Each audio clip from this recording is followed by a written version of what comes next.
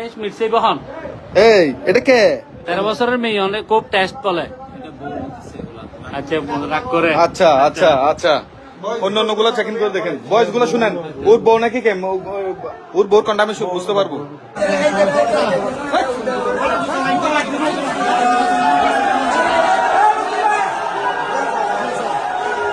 আপনি যে একটা ছোট্ট মেয়েকে, এই 12-13 বছরের মেয়েকে যে এই ধরনের আচরণগুলো করলেন, এগুলো ভালো করছেন? আপনারা তো মেয়ে আছে, ভালো করছেন?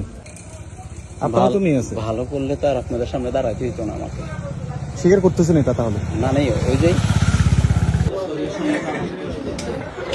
কি রকম বিয়ে হলো? মেয়েটার বয়স কত আপনি বলুন।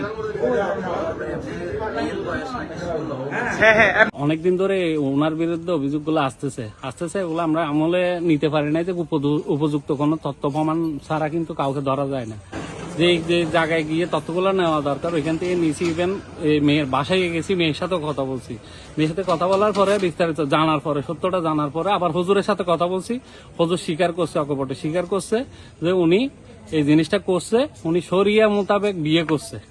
মেয়েটা কিন্তু নাবালক, এখনো 13-14 বছর বয়স এই মেয়েটা। তো উনি শরিয়া মোতাবেক বিয়ে করাতে তো উনি যা করা তা করছে।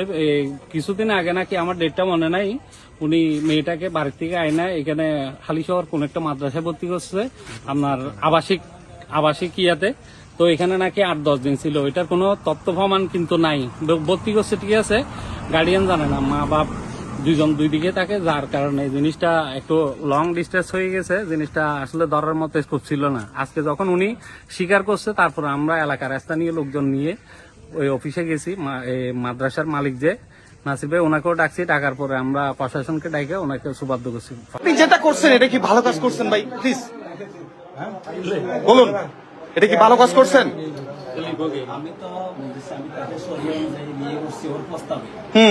আমি একক না, ওর গার্ডিয়ান কে কে ছিল? ওর গার্ডিয়ানের কে কে ছিল সাক্ষী হিসেবে?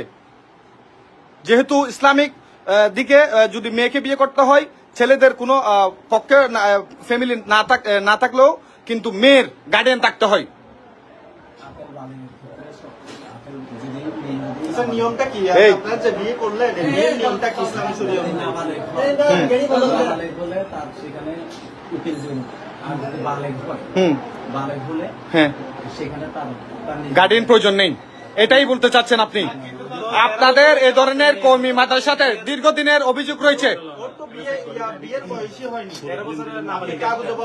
আপনি বাংলাদেশে থাকবেন, বাংলাদেশের সংবিধান মানবেন না, এটা তো মানা যায় না।